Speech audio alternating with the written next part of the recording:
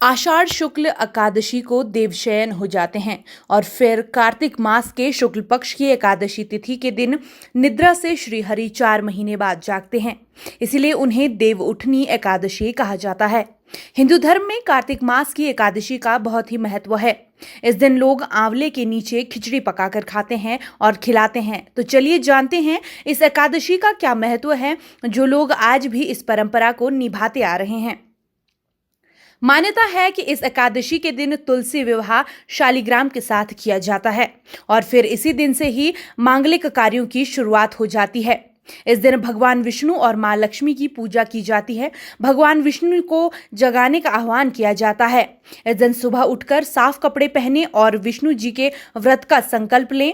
माना जाता है कि घर के आंगन में विष्णु जी के चरणों का आकार बनाया जाता है, लेकिन अगर आंगन में धूप हो तो चरणों को ढक दें। रात के समय विष्णु जी की पूजा की जाती है, साथ ही अन्य देवी देवताओं की पूजा भी की जाती है। भगवान विष्णु को इस मौसम में आने वाले फलों का प्रसाद चढ़ाया जाता है। मंडी से अश्वनी की रिपोर्ट। जो है भगवान पुरुषोत्तम मास के उपलक्ष्य में मनाया जाता है। ये भगवान विष्णु का त्यौहार है और इस दिन एकादशी होती है और एकादशी के दिन ही शुक्ल पक्ष की एकादशी से ये प्रारंभ होता है और अमावस्या तक, पूर्णिमा तक रहता है। उसके बाद अमावस्या शुरू होते हैं।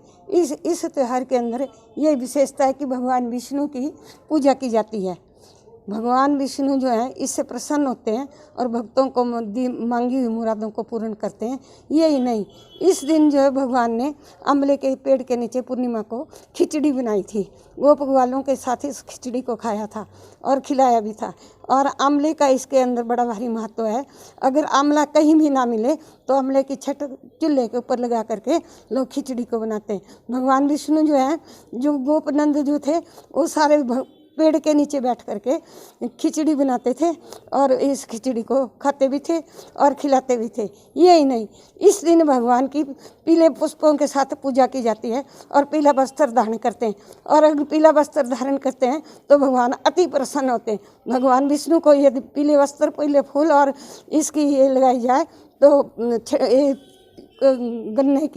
गन्ना, पिपड़ा, आंवला और एक ये फूल अगर लगाए जाएं तो भगवान अति प्रसन्न होते हैं। और इस दिन यही नहीं, भगवान विष्णु तब प्रसन्न होते हैं जब ये सारी चीज़ें जो हैं तुलसी के साथ लगाई जाती हैं और तुलसी माता की पूजा की जाती है। ये तुलसी वृंदा थी और ठाकुर लक्ष्मी नारायण जो थे, भगवान विष्णु जो कृष्ण अवतार के अंदर पैदा हुए थे, उनके उपलक्ष्य के अंदर ये मनाई जाती है।